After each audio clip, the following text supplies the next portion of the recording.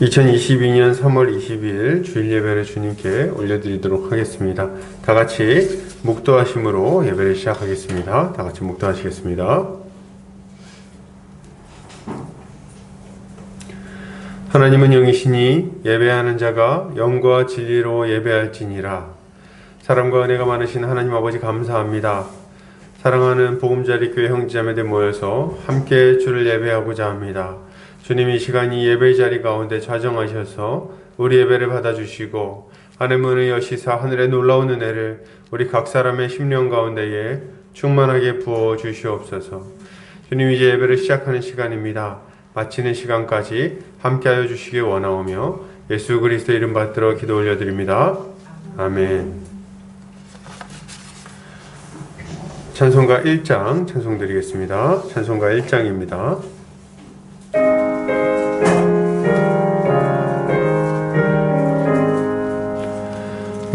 만복의 근원 하나님 온 백성 찬송 드리고 저 천사여 찬송하세 찬송 성부 성자 성령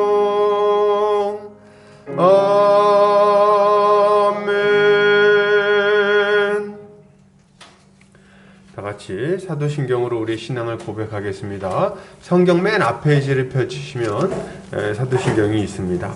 다 같이 사도신경으로 우리 신앙 고백하겠습니다.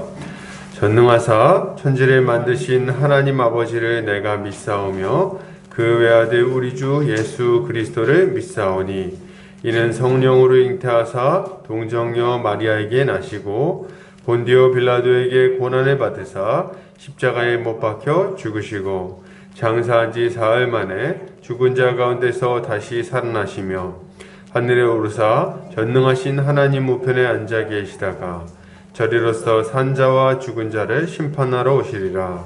성령을 믿사오며 거룩한 공회와 성도가 서로 교통하는 것과 죄를 사하여 주시는 것과 몸이 다시 사는 것과 영원히 사는 것을 믿사옵나이다. 아멘. 다 같이 우리 주님이 가르치신 기도하겠습니다. 하늘에 계신 우리 아버지여 이름이 거룩히 여김을 받으시오며 나라 임하옵시며 뜻이 하늘에서 이룬 것 같이 땅에서도 이루어지이다.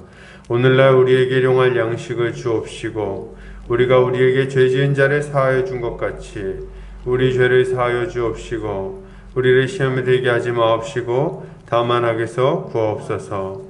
대개 나라와 권세와 영광이 아버지께 영원히 있사옵나이다. 아멘.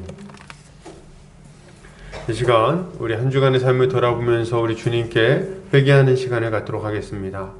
우리 주님 말씀에 불순종했던 것들이 있다면 우리가 주님 앞에 범죄한 일들이 생각난다면 주님 앞에 고백하고 십자가 보혈로 깨끗하게 씻어달라고 다 같이 기도하겠습니다. 기도합니다. 사랑이 많으신 아버지 감사합니다. 오늘도 이렇게 주님 은혜를 구하며 이 예배의 자리에 나왔습니다. 우리 한 주간의 삶을 돌아볼 때에 주의 은혜를 분명히 알았음에도 불구하고 여전히 하나님 말씀에 불순종하며 내 자신을 섬기며 내 자신의 욕심을 기뻐하며 쾌락을 쫓아 그렇게 또 한 주간 살았던 모습이 있음을 주님 앞에 고백합니다. 주께서 거룩한 영으로 우리를 새롭게 하셨음에도 불구하고 이 옛사람의 모습으로 돌아가고 또 그 죄 가운데 거했던 것들 주님 이 시간 회개하오니 용서하여 주시옵소서. 주님 우리를 용서하기 위하여 십자가 보혈로 우리를 씻어주시오니 주님 우리가 그 예수님의 십자가를 더욱더 깊이 바라보기를 원합니다. 내 마음에 있는 모든 꺼리킴과 수치스러움과 모든 두려움과 모든 죄로 말미암은 연약함이 예수 십자가 보혈로 말미암아 완전히 씻어지기를 원합니다. 죄의 모든 무서운 형벌이 예수님의 그 십자가로 말미암아 완전히 해결되었음을 믿고 주님 앞에 다시금 나아갑니다. 주의 은혜 베풀어 주시옵소서. 예수 십자가 보혈의 능력이 우리를 모든 죄에서 완전히 깨끗하게 씻어주심을 믿습니다. 감사드리며 예수 그리스도 이름 받들어 기도 올려드립니다. 아멘. 이 시간 우리 찬송가 246장입니다. 찬송가 246장 찬송 드리겠습니다. 찬송가 246장입니다.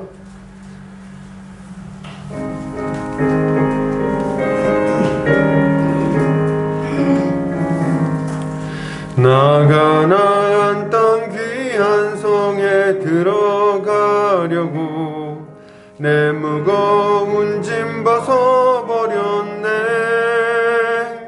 죄 중에 다시 방황할 일 전혀 없으니 저 생명 시냇가에 살겠네.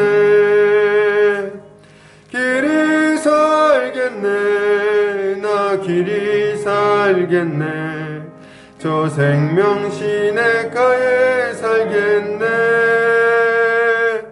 길이 살겠네. 나 길이 살겠네. 저 생명 시냇가에 살겠네. 그 불과 구름 기둥으로 인도하시니 나 가는 길이 형통하겠네. 그 요단강을 내가 지금 건넌 후에는 저 생명 시냇가에 살겠네. 길이 살겠네. 나 길이 살겠네. 저 생명 시냇가에 살겠네. 길이 살겠네. 나 길이 살겠네. 저 생명 시냇가에 살겠네. 내 주린 영혼만 나로서 먹여주시니 그 양식 내게 생명 되겠네. 이후로 생명 양식 주와 함께 먹으며 저 생명 시냇가에 살겠네. 길이 살겠네. 나 길이 살겠네. 저 생명 시냇가에 살겠네. 길이 살겠네. 나 길이 살겠네. 저 생명 시냇가에 살겠네. 아멘. 이 시간 우리 대표에서 백인 성도님 나오셔서 기도해 주시겠습니다.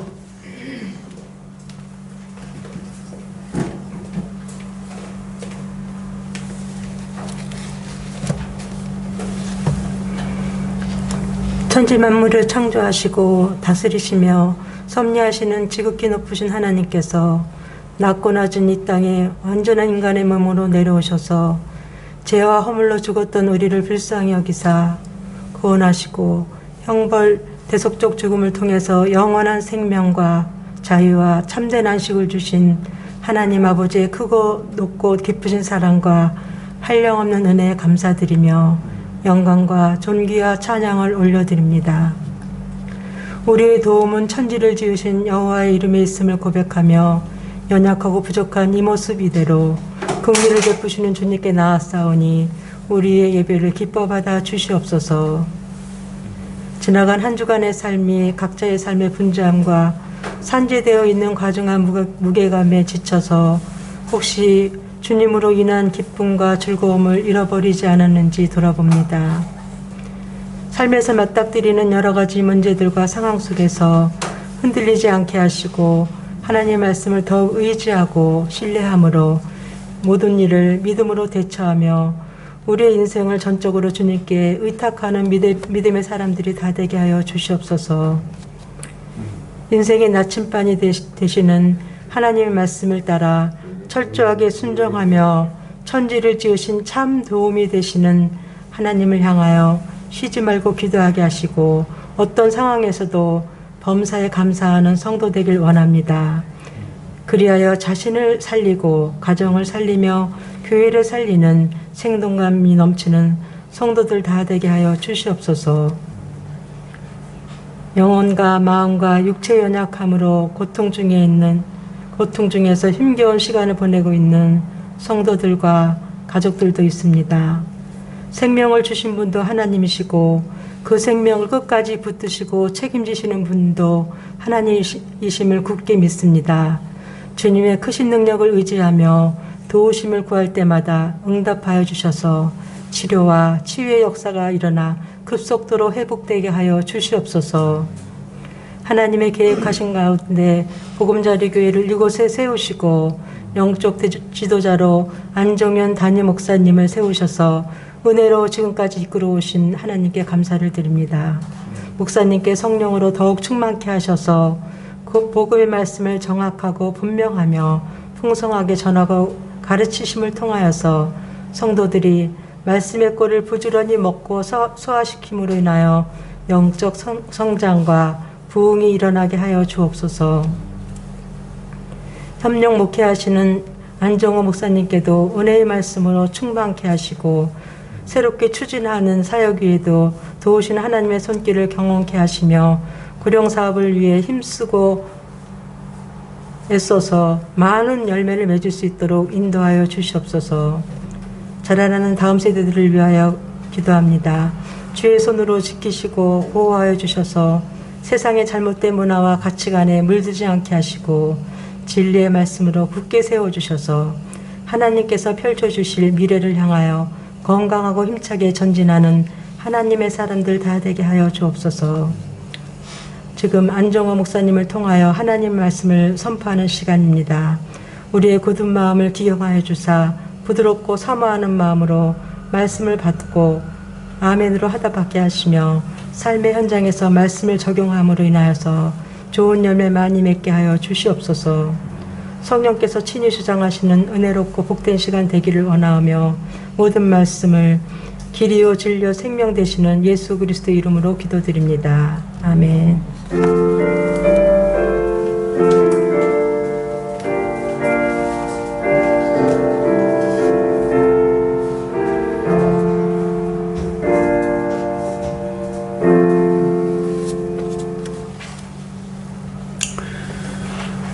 이 시간 우리 요리문답하는 시간 갖겠습니다. 주보 오른쪽 면을 참고해 주시면 되겠습니다. 제가 질문하고 함께 답변하도록 하겠습니다. 31문 왜 예수님을 기름 부음을 받은 자라는 뜻의 그리스도라고 부릅니까? 성부 하나님께서 성령으로 기름 부으심으로 우리의 구속에 대한 하나님의 오묘한 경륜과 뜻을 완전하게 계시해 주는 위대한 선지자가 되셨고 자기 몸을 화목제로 드려 우리를 구원하셨을 뿐 아니라 늘 우리의 기도를 하나님께 간구하시는 대제사장이 되셨으며 우리를 말씀과 성령으로 다스리시고 죄에서 승리하시는 삶을 살도록 늘 지켜 보호하시는 영원한 왕이 되셨기 때문입니다. 32문 그러면 당신은 왜 그리스도인이라 불리웁니까? 믿음으로 그리스도와 한 지체가 되어 그의 기름 부음에 동참하였기 때문입니다.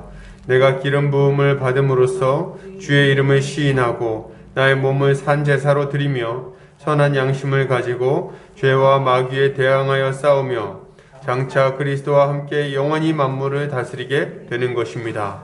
아멘. 교회 소식 보겠습니다.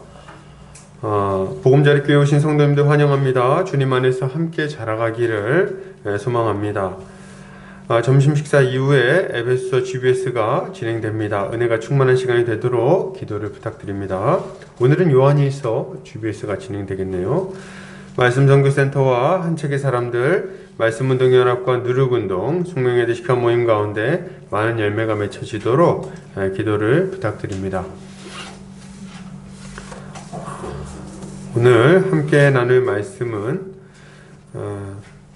요한일서 1장 1절에서 10절 말씀입니다. 요한일서입니다.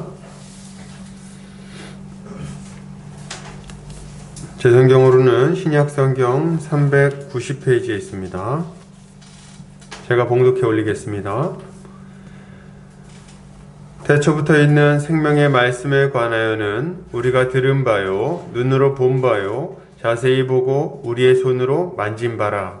이 생명이 나타내신 바 된지라. 이 영원한 생명을 우리가 보았고 증언하여 너희에게 전하노니 이는 아버지와 함께 계시다가 우리에게 나타내신 바 된 이시니라. 우리가 보고 들은 바를 너희에게도 전함은 너희로 우리와 사귐이 있게 하려 함이니 우리의 사귐은 아버지와 그의 아들 예수 그리스도와 더불어 누림이라.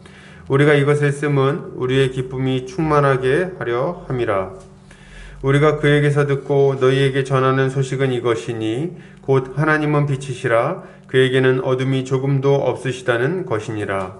만일 우리가 하나님과 사귐이 있다 하고 어둠에 행하면 거짓말을 하고 진리를 행하지 아니함이거니와 그가 빛 가운데 계신 것 같이 우리도 빛 가운데 행하면 우리가 서로 사귐이 있고 그 아들 예수의 피가 우리를 모든 죄에서 깨끗하게 하실 것이요 만일 우리가 죄가 없다고 말하면 스스로 속이고 또 진리가 우리 속에 있지 아니할 것이요 만일 우리가 우리 죄를 자백하면 그는 미쁘시고 의로우사 우리 죄를 사하시며 우리를 모든 불의에서 깨끗하게 하실 것이요 만일 우리가 범죄하지 아니하였다 하면 하나님을 거짓말하는 이로 만드는 것이니 또한 그의 말씀이 우리 속에 있지 아니하니라. 아멘. 요한일서 1장 1절부터 10절까지 우리의 사귐은 이라는 제목으로 안정호 목사님 나오셔서 말씀 전해 주시겠습니다.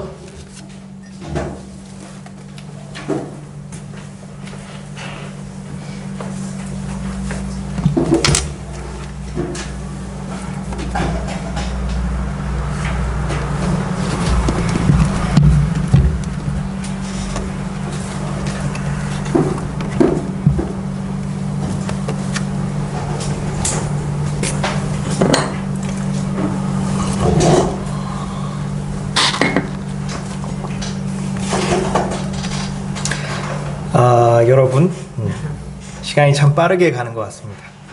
담임 목사님께서 저한테 설교를 부탁하실 때마다 설교한 지 얼마 안 된 것 같은데 하고 달력을 확인하면 어느새 시간이 훌쩍 가 있더라고요. 강서로 이사 간 지 얼마 안 된 것 같은데 벌써 3달이 가까이 되어갑니다. 설교할 때 가장 고민되고 어려운 것 중에 하나가 어떤 본문을 가지고 설교할까 선택하는 거예요. 이 본문을 가지고 선택하면 또 저 본문이 눈에 들어오고 또 저 본문을 선택하면 이 본문이 눈에 들어옵니다. 그래서 준비한 내내 본문을 바꿀까 하는 생각이 계속 머릿속에 맴돌아요. 여기서 시간을 정말 많이 잡아먹습니다.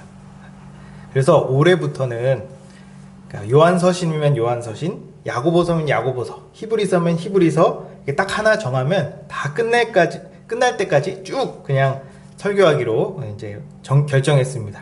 그렇게 생각하니까 벌써 1년 설교 본문이 정해졌어요. 그래서 마음 편합니다. 올해는 요한 1서를 설교할 겁니다. 물론 제가 이제 분기별로 설교하다 보니까 이어지는 느낌은 들진 않을 거예요. 근데 영화도 속편이 나오는데 1, 2년 걸리잖아요. 그래서 길어야 3, 4개월이니까 괜찮지 않을까. 그래서 최대한 여러분들이 설교를 듣는데 불편함이 없도록 준비하도록 하겠습니다. 우리가 신앙생활 하다 보면 신앙생활이 무미건조하고 아무런 감흥을 느끼지 못할 때가 있어요. 누가 이걸 영적 무기력증이라고 말을 하더라고요. 이 영적 무기력증에 빠지면 신앙생활뿐만 아니라 우리의 삶의 활기도 잃어버리게 돼 있어요. 그래서 이런 영적 무기력증에 빠지지 않는 것이 우리 신앙생활하는 데 있어서 아주 중요한 것 같습니다. 또 이 무기력증에 빠지지 않더라도 우리의 신앙생활을 더 활력있고 풍성해지도록 힘써야 돼요.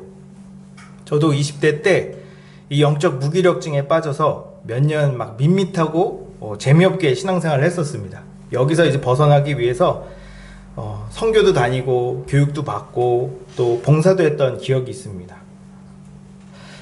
우리의 신앙생활을, 우리의 신앙을 살아있는 생선처럼 파닥파닥 뛰고 싱싱하게 하려면 과연 어떻게 해야 될까요? 또 영적인 무기력증에 빠진 사람들이 어떻게 이 영적 무기력증을 극복할 수 있을까요?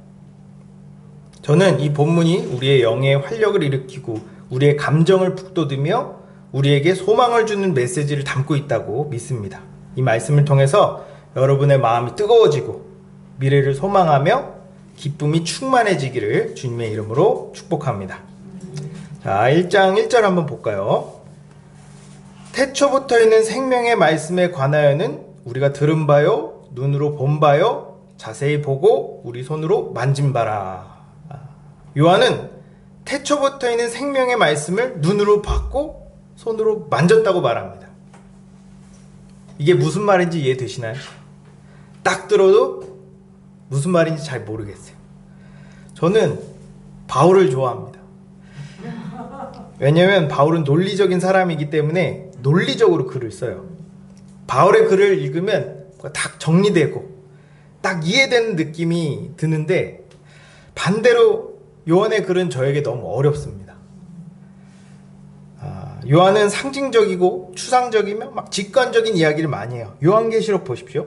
뱀 나오고 용 나오고 흑마 탄 사람, 백마 탄 사람, 뭐 천사 나오고 새 예루살렘이 하늘에서 내려오고 막 마귀는 막 무저갱에 빠지고 다시 올라와서 뭐 전쟁 준비하고 막 이런 얘기들이 막 나오는데, 어떤 사람한테는 이런 글이 막 생생하고 신비롭게 들릴진 모르겠어요. 근데 이런 글을 풀어가지고 체계적으로 설명해줘야 하는 저한테는 아주 머리가 아픈 본문입니다.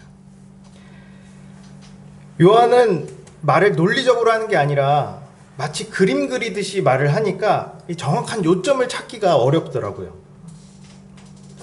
저랑은 스타일이 안 맞는 것 같아요. 그래서 설교를 준비한 내내 괜히 이거 했나 하는 생각이 많이 들었어요. 잘 모르겠어서 본문을 계속 이렇게 뚫어져라 이렇게 쳐다보는데, 이 말씀 안에 녹아져 있는 어떤 감정들이 저한테 전해져 오는 것을 느꼈습니다.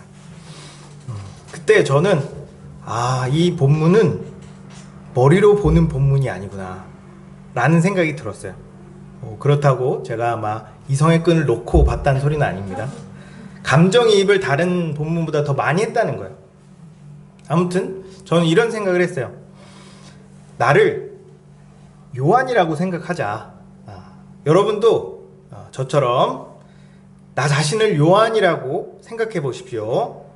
그리고 요한이 경험하고 요한이 느꼈던 감정이 무엇이었을지 같이 한번 상상해 보시기 바랍니다. 그러면 이 말씀이 좀 더 생생하게 와닿을 거예요. 제가 이렇게 손가락을 이렇게 튕기면 여러분 요한이 되는 겁니다. 레드 선.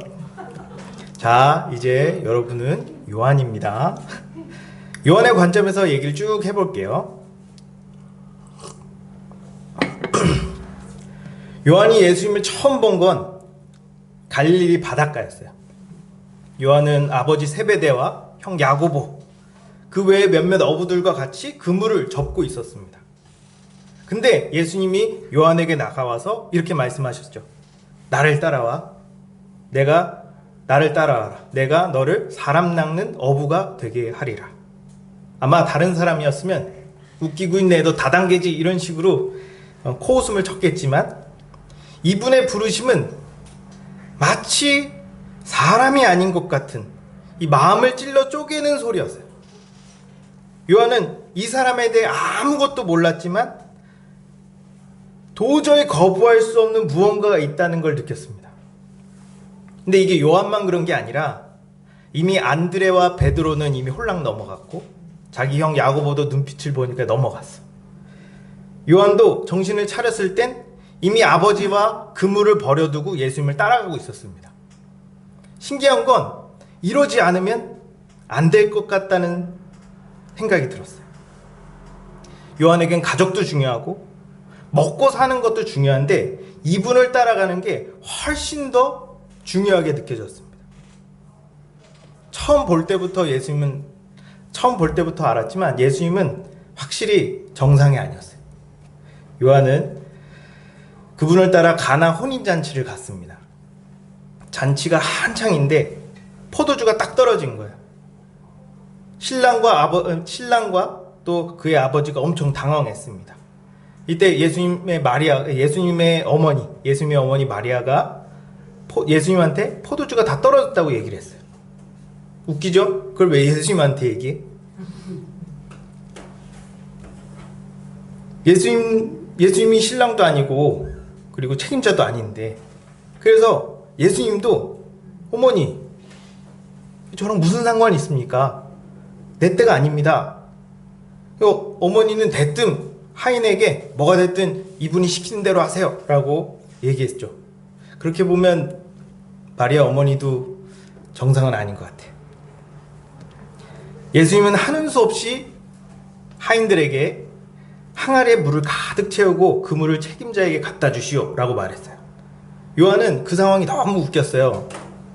결혼식이 한창인데 포도주가 떨어진 것도 웃겼고, 그리고 마리아가 아무 상관도 없는 예수님한테 얘기하는 것도 웃겼고, 예수님은 그 얘기를 듣고 항아리에 물을 가득 담아서 책임자에게 갖다 주라고 말하는 것도 웃겼고, 하인은 그걸 그대로 따라하는 것도 웃겼어요. 이 장면을 요한이 옆에서 쭉 지켜보면서 결혼식 망했네 라고 생각했죠. 근데 세상에 물이 포도주로 바뀌었어. 요한은 너무 놀랐습니다. 어떻게 이게 가능하지? 어떻게 물이 포도주가 돼? 어쩌면 저분이 진짜 그리스도일 수도 있겠다라는 생각을 했습니다. 더욱 충격적이었던 건 어느 날 예수님이 베드로와 야고보와 요한을 데리고 근처 높은 산으로 올라갔어요. 근데 갑자기 예수님의 얼굴이 해처럼 빛나고 옷이 막 번쩍번쩍 빛이 나는 겁니다.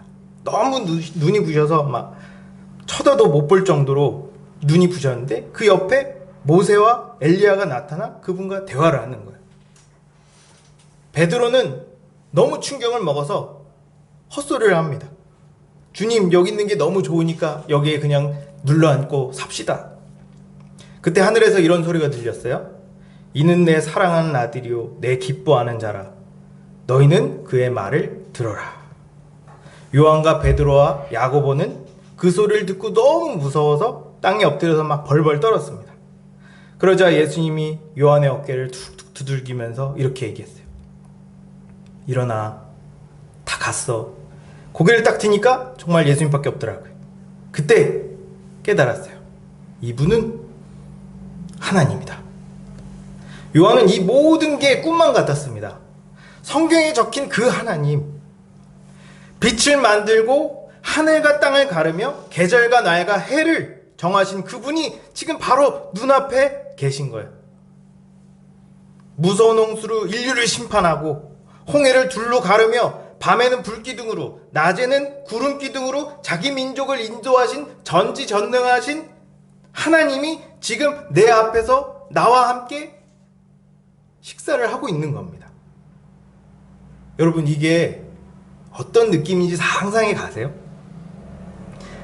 여고생들이 막 가수나 연예인들 보면 막 소리 지르고 막 울고 기절하잖아요. 저는 졸도해 본 적이 없어서 이런 느낌이 어떤 느낌인지 잘 모르겠는데, 혹시 여기서 겪어보신 분 있으신가요? 아무튼 이런 극도의 흥분, 기쁨, 경외감이 막 휘몰아치는 감정일 거예요. 심지어 사람을 보고 그런 감정을 느끼는데, 천지를 창조하신 하나님을 본다는 건 과연 어떤 느낌일까? 요한은 요한일서 1장 1절에 예수님을 그냥 예수님이라고 말하지 않고 다른 표현을 씁니다. 예수님을 예수님으로 표현하면 너무 밋밋하고 심심하니까 더 극적이고 더 생생한 표현을 쓰고 싶었던 것 같아요. 그래서 예수님을 뭐라고 표현하냐면 태초부터 계셨던 생명의 말씀이라고 말합니다. 내 앞에서 식사하시고 나와 함께 주무시며 나랑 눈을 맞추며 대화했던 이분이 스스로 존재하는 분, 천지를 창조하신 창조주, 물과 유황으로 소돔과 고모라를 잿더미로 만든 심판자, 바다를 둘로 갈라 애국 군대를 몰살시켜 이스라엘 민족을 구원하신 구원자였던 거예요. 그냥 인간의 눈으로 보면 예수님은 너무 볼품 없었습니다. 마르고 못생기며 가난했죠. 이분의 초라한 모습 때문에 이분이 하나님이란 사실을 받아들이기 요한은 너무 어려웠어요. 하지만 이분의 말씀을 듣고 이분의 눈빛을 보며 이분과 함께 있을 때면 세상 그 어디에서도 맛볼 수 없는 완전한 기쁨과 평안과 만족을 경험했습니다. 지금 요한은 예수님께서 부활하시고 하늘로 승천하신 지 한참 후에 지금 이 글을 쓰고 있어요. 그러나 그때 예수님과 식사하고 대화하며 함께했던 그 경험과 감정과 감각이 여전히 생생하게 남아 있었습니다. 요한은 예수님과 교제했던 그 기억과 경험이 너무 생생하고 강렬해서 이걸 자기만 알고 자기만 누리는 건 죄악이라고 생각했어요.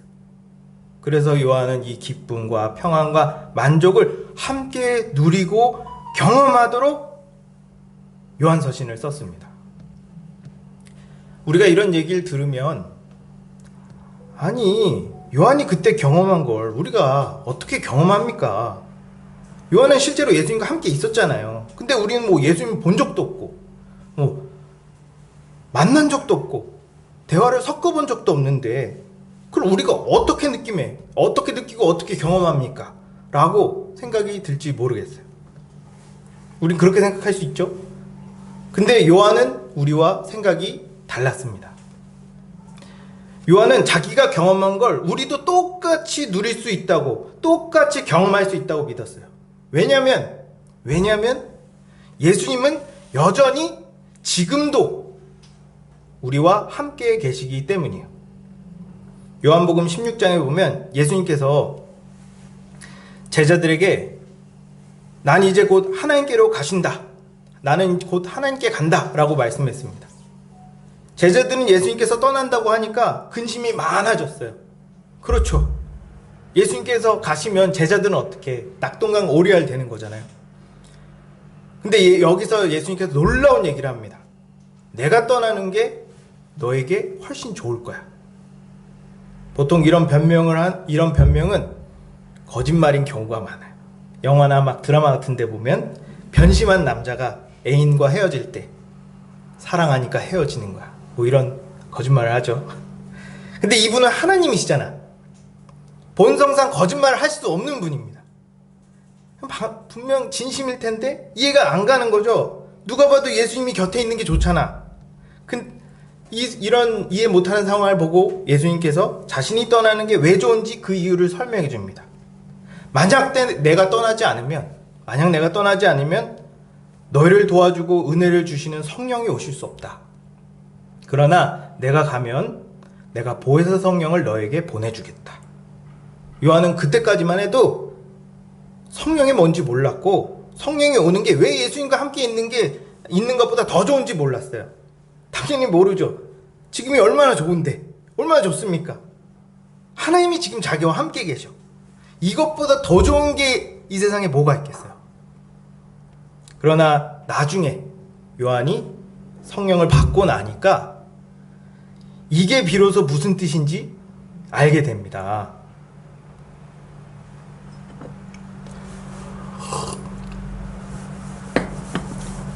우리 첫째 조카가 정말 겁이 많아요. 그래서 처음 보는 음식이 나오면 절대 안 먹습니다. 일단 비주얼이 맛있어 보여야 돼. 그리고 냄새도 좋아야 돼요. 그래도 막 먹어보라고 하면 고민합니다. 정말 맛있다 해도 막 의심의 눈초리로 막 봐요. 그러다 용기를 내서 이렇게 조금 손가락을 탁 찍어서 이렇게 맛을 딱 봅니다.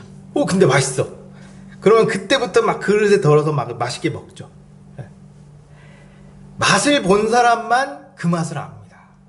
경험해보지 않으면 그게 무슨 느낌인지 무슨 맛인지 모릅니다. 그래서 이런 유행어도 있잖아요. 느낌 아니까. 요한은 예수님을 직접 보고 직접 듣고 직접 손으로 만져봤습니다. 그래서 그분과 함께 있다는 게 어떤 건지 정말 생생하게 알고 있어요. 근데 요한은 성령이 임하는 것도 경험해봤어요. 부럽지 않나요? 너무 부럽더라고요. 영원한 생명이신 예수님을 직접 눈으로 보고 귀로 듣는 건 과연 어떤 느낌일까? 요한은 예수님과 함께 시간도 보내기도 하고 성령의 임재도 경험해봤습니다. 이 두 가지를 다 경험해본 요한은 이 둘이 똑같다라는 결론을 내립니다. 물론 요한이 예수님의 제자로 지낸 3년이라는 시간과 실제로 겪은 추억들은 요한만 가지고 있는 거기 때문에 우리가 그것까지 느낄 수는 없을 수 있어요. 하지만 예수님으로부터 받았던 영적인 경험과 감정과 감각들은 성령으로 받았던 경험과 감정과 감각이 일치했습니다. 왜냐하면 예수님이 바로 왜냐하면 성령님이 바로 예수님의 영이기 때문이에요. 그 말은 우리도 요한이 경험한 것만큼 예수님을 맛볼 수 있다는 소리입니다. 요한은 왜 예수님을 태초로부터 계셨던 생명의 말씀, 그리고 영원한 생명이라고 얘기를 했을까요? 요한이 그동안 예수님을 만나고 교제하면서 알게 된 그분의 본성을 가장 적절하게 나타내는 표현 중에 하나가 생명이라는 단어였을 거예요. 생명. 뭔가 알듯 말듯한 표현이죠. 생명이라는 표현은 뭔가 신비롭고, 뭔가 고결하고, 뭔가 힘이 넘치면서, 뭔가 뜨거운, 뭔가 역동적인 그런 표현이에요. 그게 뭔지 요한도 설명하기 어려웠을 겁니다. 뭐 정확하게 표현을 했더라도 우리가 그걸 캐치하고 이해하기 어려웠을 거예요. 그래서 요한은 논리적이고 이성적으로 이해시키기보다는 감각적이고 역동적이며 직관적인 표현을 써서 우리가 느끼길 원했던 것 같아요. 여러분, 우리는 요한이 경험한 이 영원한 생명을 맛봐야 됩니다. 어쩌면 이 중에 맛본 사람도 있을 거예요. 말로 설명할 수는 없지만 도저히 잊을 수 없는 그 맛. 천하 만물을 다 가지고 모든 부와 명예를 다 가진다 해도 맛볼 수 없는 그 기쁨과 희열. 총알이 막 빗발치고 포탄이 막 날라오는 전쟁통에서도 요동하지 않을 수 있는 화평. 사람들에게 조롱과 무시를 당해도, 나를 막 투명인간 취급해도 전혀 외롭지 않은 하나님의 인정과 사랑. 이런 초월적인 경험을 맛봐야 돼. 요한은 이런 경험을 맛볼 수 있는 비밀을 우리에게 말해요. 그 비밀은 to be continue. 농담입니다. 그 비밀은 바로 성도와의 교제예요. 3절에 보면 이렇게 말하죠. 내가 예수님께 보고 듣고 경험한 걸 전하는 이유는 당신들과 우리가 서로 교제하기 위함입니다. 우리의 교제, 즉 성도의 교제는 우리와 하나님 아버지와 예수 그리스도와 함께 있는 겁니다. 다시, 성도의 교제는 우리와 하나님 아버지와 예수 그리스도와 함께 있는 겁니다. 어떻게 우린 예수님과 하나님을 경험할 수 있을까요? 바로 우리가 깊게 교제할 때 우리는 예수님과 하나님을 깊게 느끼고 경험할 수 있습니다. 마태복음 18장 20절 한번 보면 예수님께서 이렇게 말씀하세요. 두세 사람이 내 이름으로 모인 곳에 나도 그들 중에 있느니라.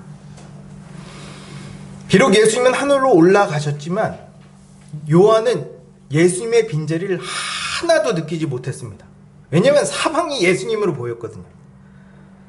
지금 요한 안에는 예수님의 영이 있는 것처럼 교회 안에 있는 모든 지체들 안에도 예수님의 영이 있습니다. 믿음의 눈으로 보니까 이게 보이는 거죠. 요한 혼자만 그렇게 보이는 게 아니라 성령이 임한 사람들은 다 서로가 예수님으로 보이는 거예요. 그러니 얼마나 교회가 예수 그리스도로 충만하겠어요. 요한이 경험한 교회는 믿는 사람이 다 함께 있어 모든 물건을 서로 통용하고 재산과 소유를 팔아 필요에 따라 나눠주며 날마다 기쁜 마음으로 순전한 마음으로 예배하고 식사하며 교제하고 있었습니다. 마치 천국을 방불케 하는 모습이죠. 요한은 교회 안에 모든 사람들이 기쁨과 감사와 은혜가 충만한 걸 보고 하나님의 비밀을 깨달았어요. 그것은 서로를 예수님으로 바라보는 사람이 많으면 많을수록, 또 교제가 깊으면 깊을수록 더욱 예수 그리스도의 충만함을 경험할 수 있다는 겁니다. 우리는 요한처럼 예수님을 직접 보지도 않았고 듣지도 못했으며 또 만지지도 못했어요. 그래서 우리는 베드로처럼, 야고보처럼, 요한처럼 예수님을 경험할 수 없다고 생각할지 모릅니다. 또 우리의 믿음이 자라는데 한계가 있다고 생각할지 모르겠어요. 아니요.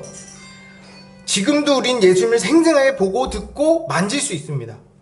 교회 안에서 하나님의 말씀을 듣고 옆에 있는 형제 자매들과 교제하고 나누는 것이 바로 예수님을 보고 듣고 만지는 거예요. 어떤 사람들은 예수님의 놀라운 기적들을 못 봐서 내 믿음이 성장하지 않을 거라고 생각합니다. 아니요.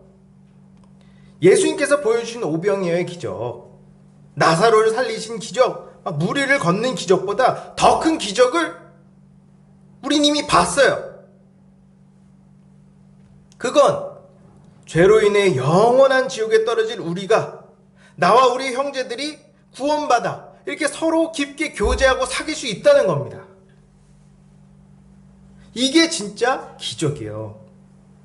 우린 이미 요한처럼 초월적인 경험을 했습니다.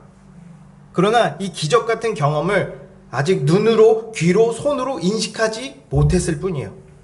이 경험을 더 크게, 더 분명하게, 더 생생하게 느낄 수 있습니다. 어떻게요? 복음을 믿으십시오. 서로 더 뜨겁게 사랑하세요. 더 깊게 교제를 나누세요. 더 많은 사람에게 복음을 전하십시오. 그럼 예수님께서 우리에게 베풀어 주신 기억을 생생하게 경험할 겁니다.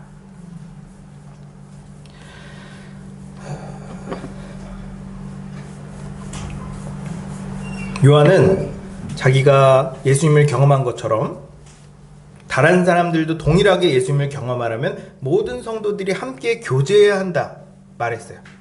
만약 우리가 서로를 깊게 사랑하고 깊게 교제하면 우리 안에 하나님과 예수님이 함께 있다는 강한 확신이 생길 거예요. 그리고 우리의 마음이 뜨거워지며 하나님을 향한 기쁨과 만족을 경험할 겁니다.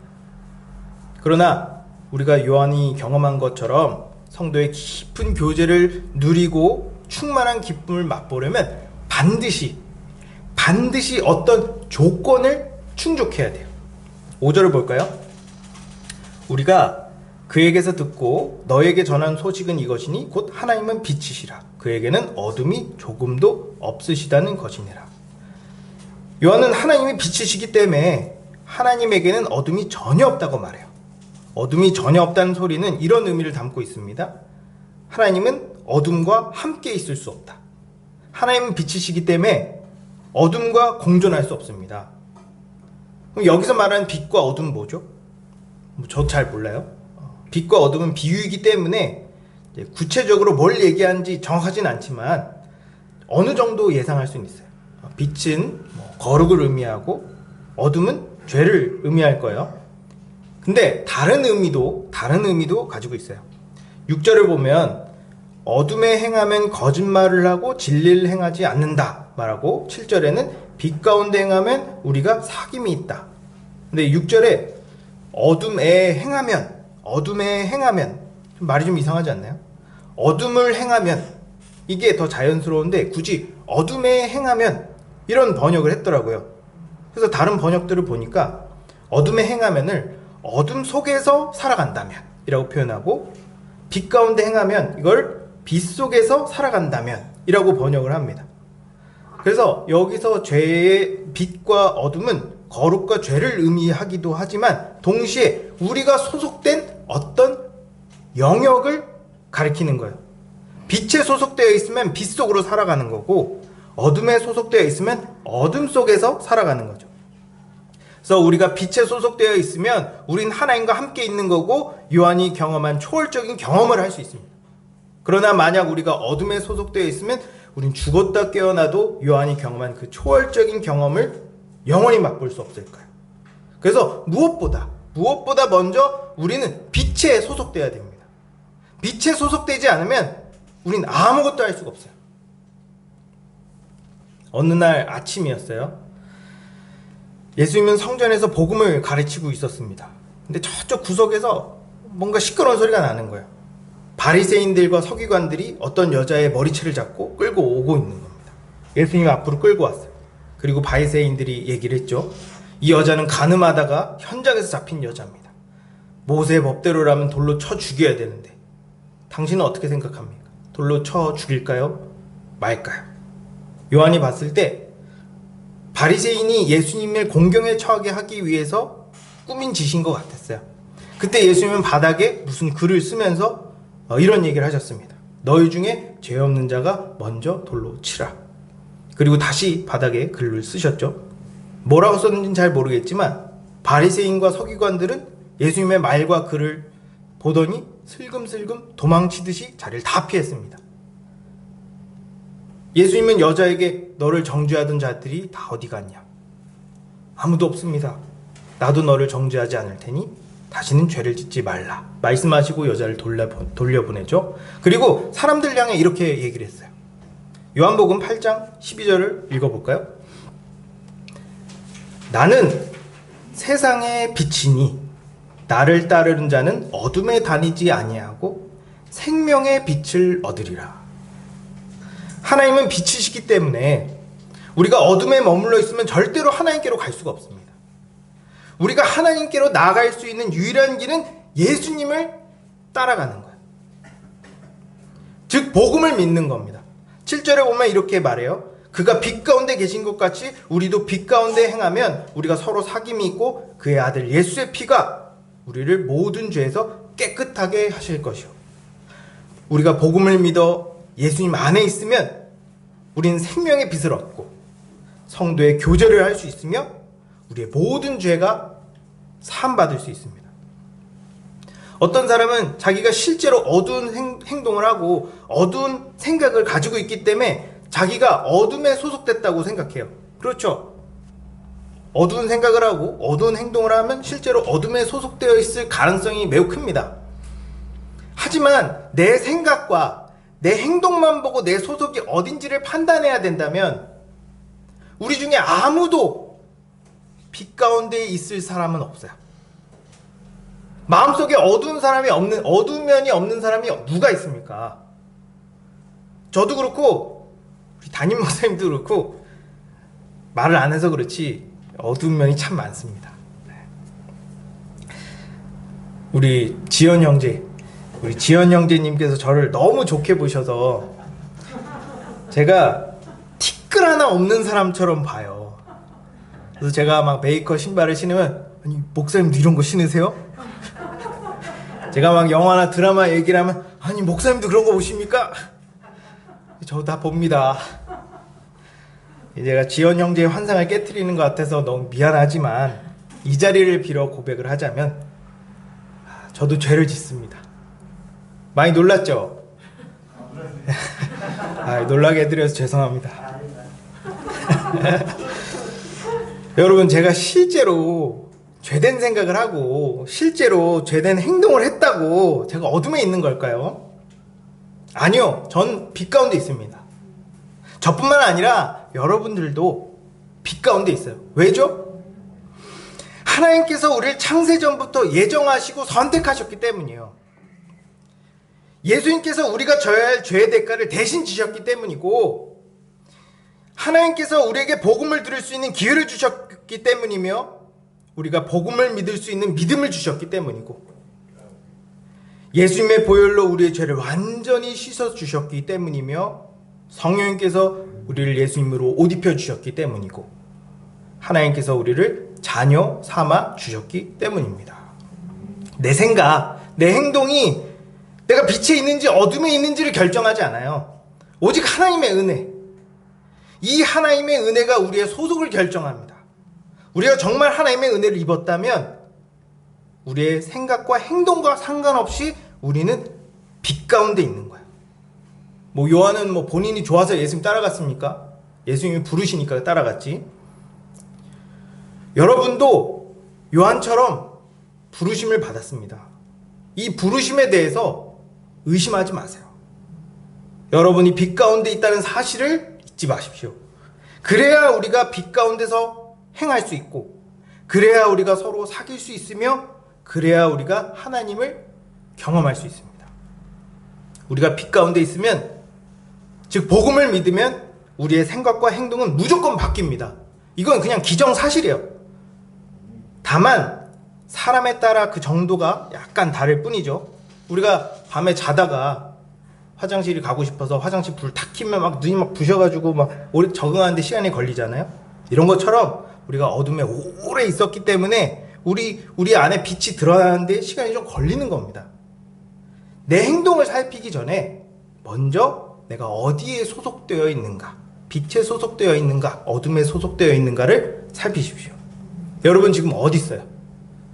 어둠 속에 있나요? 빛 가운데 있나요? 빛 속에 있다고 믿나요?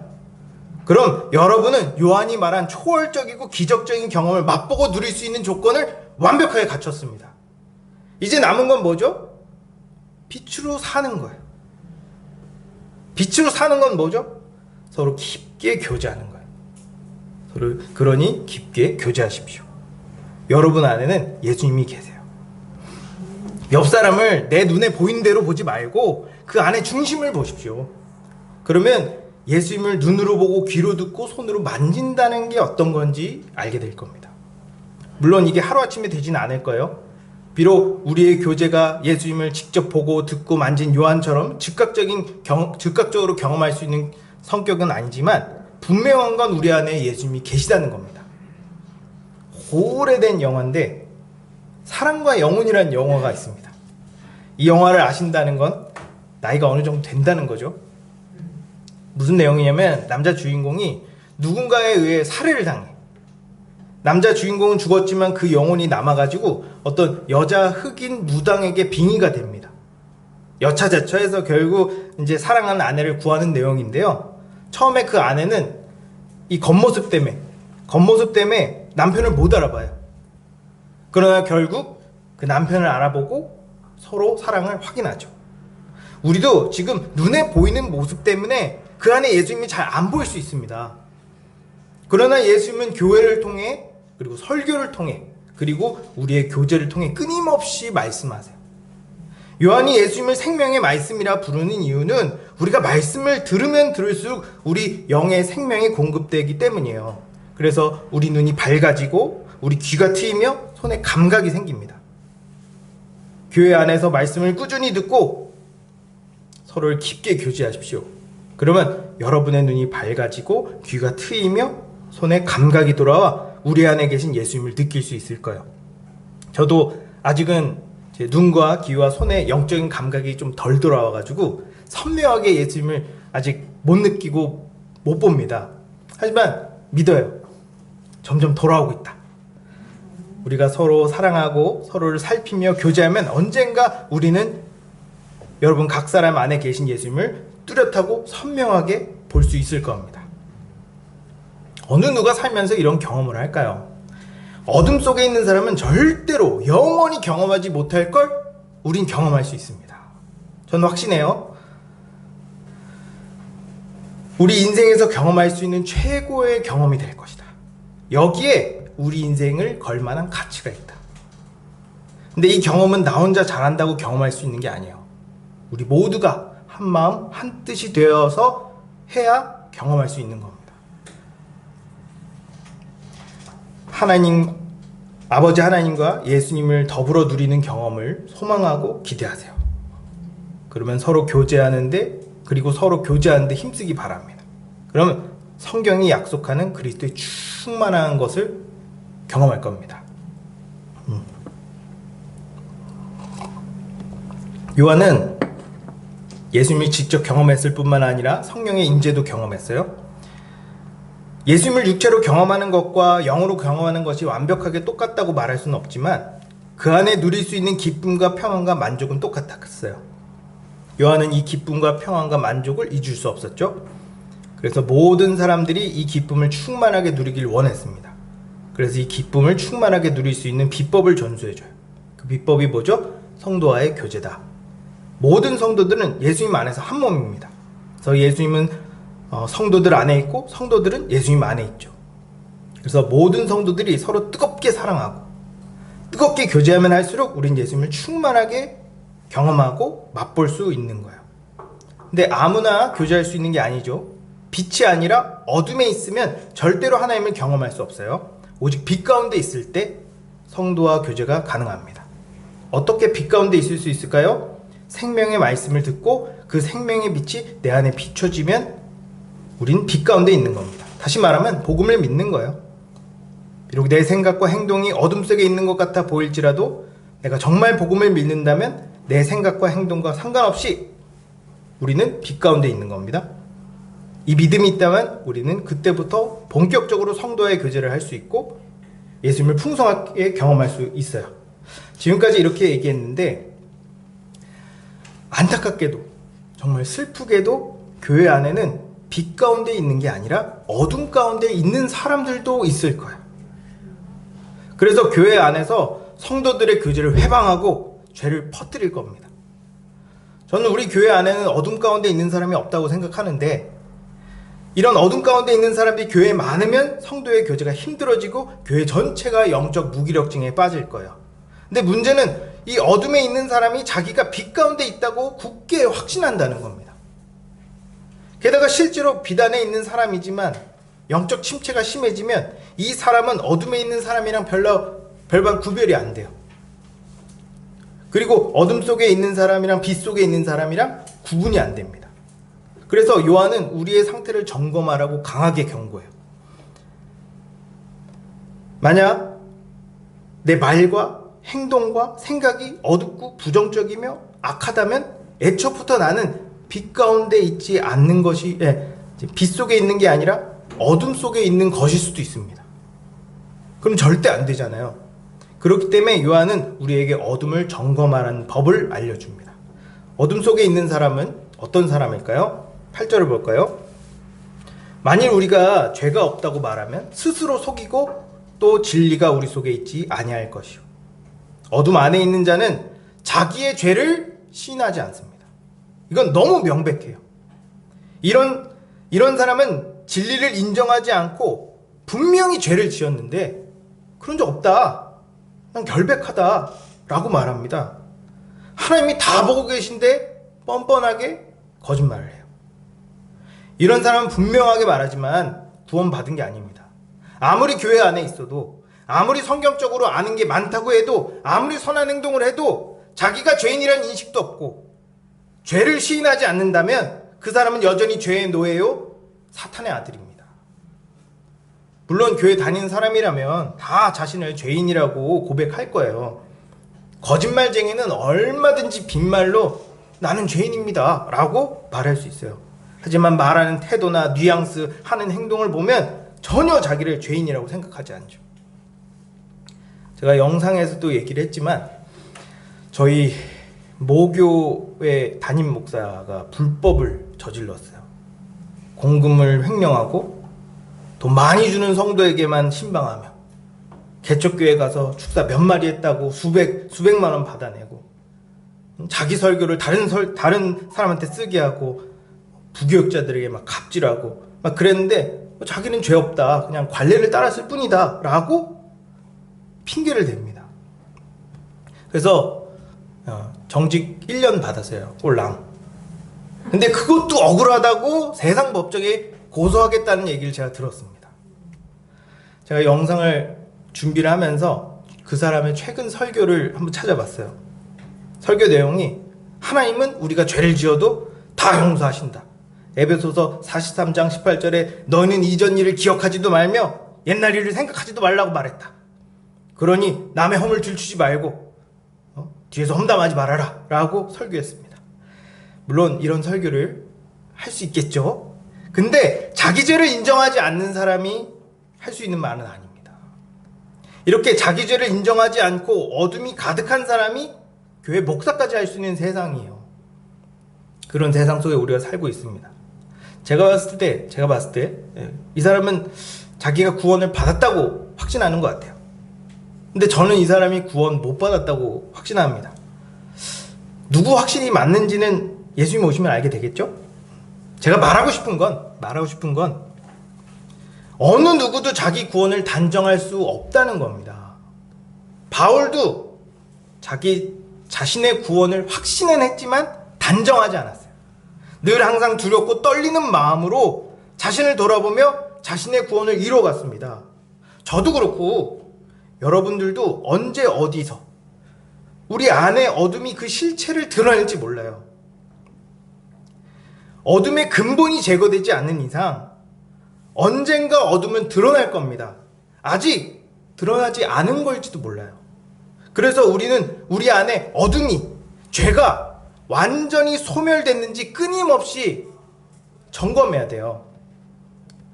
저는 저와 여러분 모두가 다 예수 그리스도의 빛 가운데 들어왔고 우리 안에 어둠은 완전히 소멸됐다고 믿습니다. 그러나 그것이 분명하게 드러나는 때는 예수님 오실 때예요.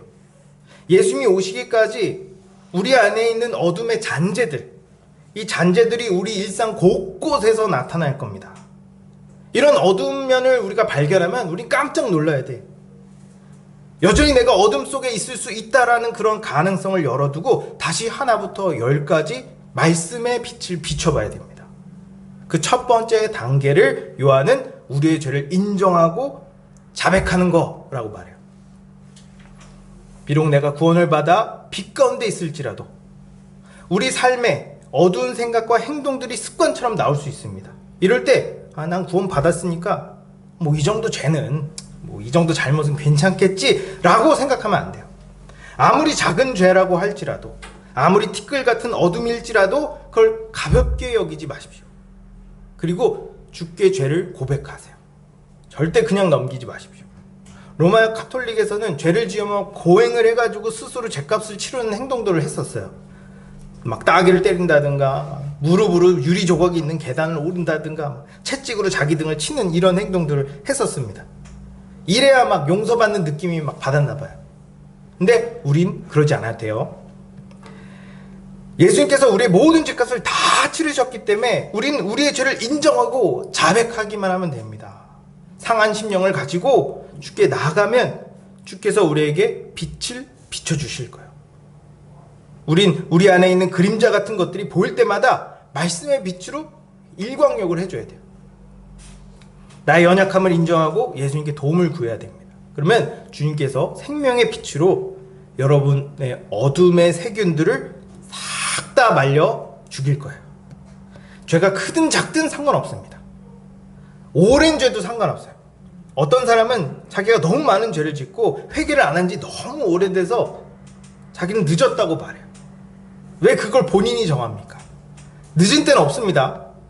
회개할 게 있다면 지금 바로 회개하세요. 반대로 어떤 사람은 나중에 회개하겠다고 말해요. 나중에 어디 있어요? 지금 회개 안 하면 다음도 없습니다. 지금 바로 회개하십시오. 9절을 볼까요? 만일 우리가 우리의 죄를 자백하면 그는 미쁘시고 의로우사 우리의 죄를 사하시며 우리를 모든 불의에서 깨끗하게 하실 것이요. 회개하면 주님은 우리의 모든 죄를 씻어주십니다. 얼마나 감사합니까? 여러분 회개 자주 하십시오. 저는 음식점에 갔을 때 제가 좋아하는 음료가 무한리필이다. 그럼 전 배 터질 때까지 무한리필을 해요. 일회용 컵이면 마지막 나올 때까지 가득 채워서 나옵니다. 이게 무한리필의 특권이죠. 우리 주님께서는 우리에게 회개할 수 있는 기회도 주셨고 또 회개하면 용서해 주시는 은혜도 베풀어 주셨습니다. 이런 엄청난 특혜가 있는데 왜 사용을 안 합니까? 그렇다고 죄를 일부러 지으면 안 됩니다. 제가 말하려는 건 죄에 민감하게 반응하라는 거예요. 죄를 지었다면 주저하지 말고 주께 회개하라는 말입니다. 이런 행동과 습관이 우리가 어두워지는 것을 막을 뿐만 아니라 우리가 빛 가운데 있다는 강력한 증거가 됩니다. 여러분, 어둠 가운데 있는 사람은 죄를 짓고도 회개를 안 해요. 말로는 저는 죄인입니다. 저를 용서해 주세요. 라고 기도할지는 모르겠지만 마음으로는 절대 죄의식이 없습니다. 이런 사람은 어둠에 있는 사람이에요. 근데 빛 가운데 있는 사람도 어둠에 오래 노출되면 어둠에 있는 사람이랑 똑같이 행동할 수 있습니다. 이걸 방치하면 어둠의 그림자는 더더욱 짙어질 거예요.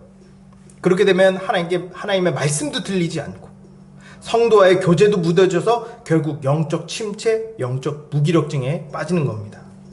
내 마음의 기쁨도 평안도 만족도 사라지고 결국 나도 모르는 사이에 죽음에 대한 두려움과 세상에 대한 염려가 찾아올 거예요. 세상 사람들이랑 하나도 다르지 않는 삶을 살게 될 겁니다. 이렇게 살고 싶으세요? 절대 안 됩니다.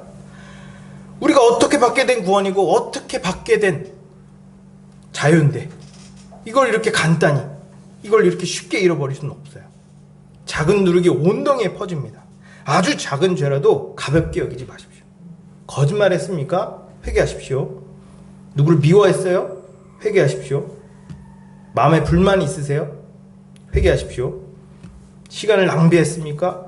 회개하십시오. 염려하고 걱정했나요? 회개하십시오. 우리 주님은 회개를 많이 한다고 절대 뭐라고 안 그러십니다. 그리고 회개했다면 이제 빛 가운데 행동하십시오. 그럼 영적 침체에서 벗어나 다시 하나님과 예수 그리스도를 경험하게 될 겁니다.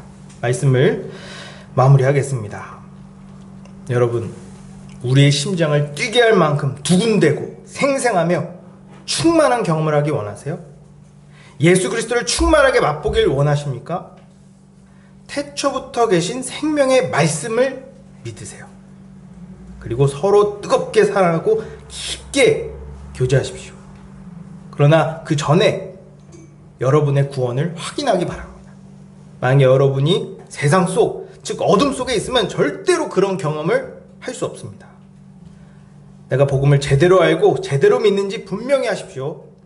빛 가운데 있는 사람은 자기의 죄를 직시할 수 있고 죄가 얼마나 심각한지 아는 사람입니다. 만약 여러분이 죄에 민감하지 않는다면 아직 어둠 속에 있는 사람일 수 있어요. 그러니 죄에 민감하기 바랍니다. 아주 작은 죄를 지었더라도 주께 회개하고 빛 대신 예수님께 나아가세요. 예수 그리스도의 빛 안에 들어가십시오. 그럼 본격적으로 우린 예수님 안에서 사랑의 교제를 할 수 있습니다. 성도의 교제는 하나님을 경험하게 만들어요. 이 경험은 하나님께서 이 세상을 창조하셨을 때 우리에게 맛보여 주려고 했던 겁니다. 우린 오랫동안 이 맛을 못 봤어요. 근데 이제 맛볼 수 있습니다. 우리가 말씀 안에서, 사랑 안에서, 교회 안에서 교제하면 할수록 이 맛을 더 깊게, 더 진하게 맛볼 거예요. 여러분 모두가 주님 오실 때까지 예수님을 더 충만하고 더 풍성하게 맛보기를 주님의 이름으로 축복합니다. 기도하겠습니다. 좋으신 하나님 아버지 감사합니다. 주님께서 우리를 사랑하셔서 생명의 말씀이신 예수 그리스도를 우리에게 보내주셨습니다. 이 생명의 말씀으로 말미암아 우리가 어둠에서 빛으로 옮겨졌고 이제 하나님과 예수님을 더불어 누릴 수 있는 큰 은혜를 베풀어 주셨습니다. 이 은혜를 소망하고 기뻐하기 원합니다. 더 누리기 원합니다.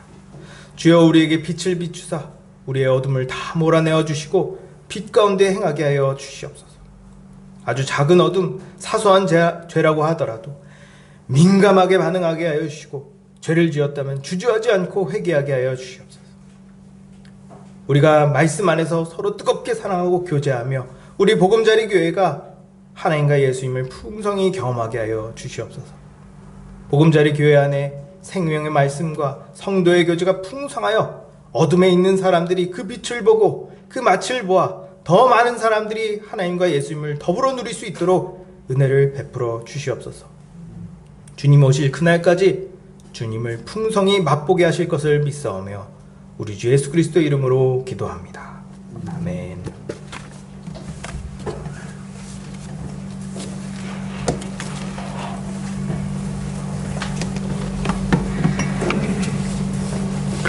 말씀 전해주셔서 감사합니다. 이 시간 우리 찬송가 50장 1절 찬송하면서 헌금하는 시간 갖도록 하겠습니다. 찬송가 50장 1절입니다.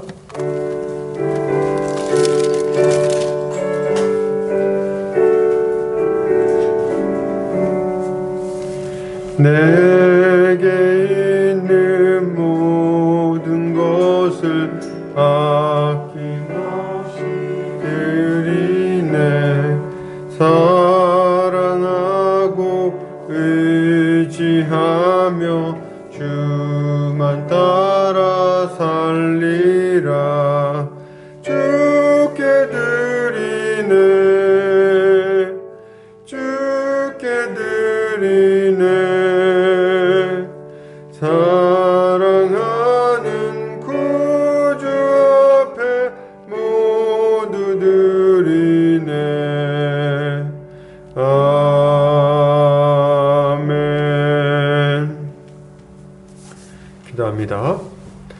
사랑과 은혜 많으신 하나님 아버지 감사합니다.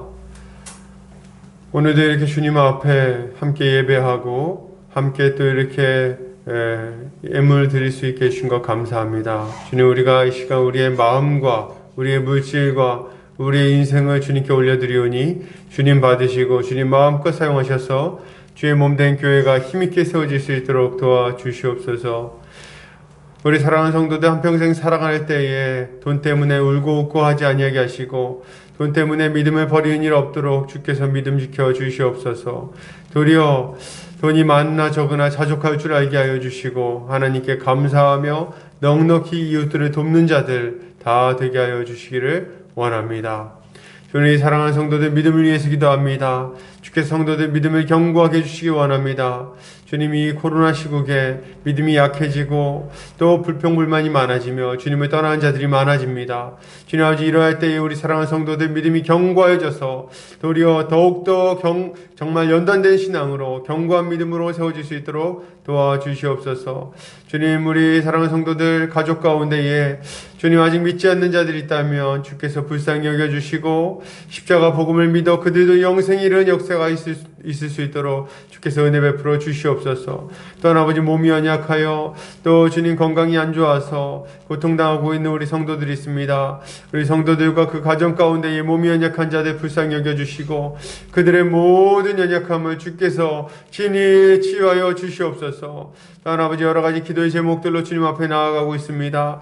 주님 아버지, 진로의 문제와 이사의 문제와 또 직장 문제와 가정의 여러 문제들 때문에 또 근심하고 걱정하며 기도하고 있는 자들이 있사오니 주님, 이들의 기도에 귀 기울이시고 이 모든 기도 가운데 선하게 응답하여 주시옵소서. 우리 사랑하는 성도들, 어린 영혼들 위해서 기도합니다. 어려서부터 하나님 말씀으로 잘 주님 훈련받게 하시고 그리하여 다음 세대를 감당할 만한 하나님의 좋은 일꾼으로 잘 세워지게 하여 주시옵소서. 이제는 예수 그리스도의 은혜와 하나님 아버지의 극진하신 사랑하심과 성령의 감화 감동 교통인도 충만하신 은혜가 이제 하나님과 교제하며 성도 안에서 교제하고 우리의 모든 죄를 주님께 자복하며 주의 은혜를 누리며 살아가기로 결단하는 모든 성도들 머리 위에 이 보금자리 교회 위에 이제로부터 영원까지 함께 있을지어다. 아멘.